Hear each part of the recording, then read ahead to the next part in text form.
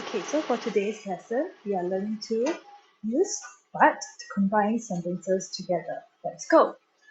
So what do we use but for? We use it to introduce a different idea to what was mentioned earlier. We also use it to introduce something different from what was expected. And let us look at some examples now. Daniel went to the supermarket. Daniel did not buy anything. I have to combine these two sentences with but. So the answer becomes Daniel went to the supermarket, but he did not buy anything. Remember, I do not repeat the proper noun or the common subject Daniel. I have to change it to the correct pronoun. So Daniel is a man, a boy's name. I'll change it to he. Let's look at another example. Tom rushed to the station. He missed the train. This time round in this sentence, Tom is given to you as a repeated pronoun or subject as he, and this is capital H. Take note of how the answer looks like when I combine these two sentences together. Tom rushed to the station, but he, capital H, change to small h, missed the train. Okay, pretty easy, right? Let's move on to another example. I love fruit. I'm allergic to strawberries. Again, you can see that these are two very different ideas. I love fruit, but unfortunately, I'm allergic to strawberries. So the answer is pretty easy to combine. I love fruit, but I am allergic to strawberries. Okay, and if you're allergic to something, this is a reaction that you may get. You may get rashes all over your face or your arms and so on. Now, you may also have to remove a common subject if necessary. Let us now look at two examples.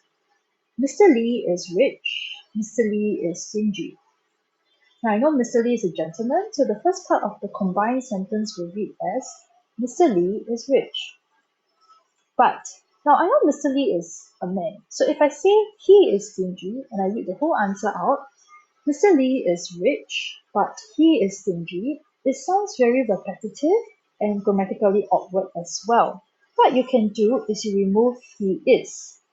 And I just talk about Mr. Lee because in these two sentences the subject is repeated.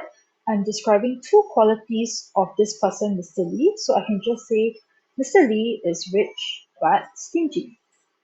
Let us now look at another example. Brendan is skinny. The contrasting idea, Brendan is strong. And I know that Brendan is a boy, so my answer will be Brendan is skinny. Again, if I'm not very sure, you change Brendan to he is strong, and you read out the answer as Brendan is skinny, but he is strong. The sentence again sounds grammatically awkward. It sounds repetitive, very long-winded. You will remove he is, and your answer is Brendan is skinny but strong. And there you go.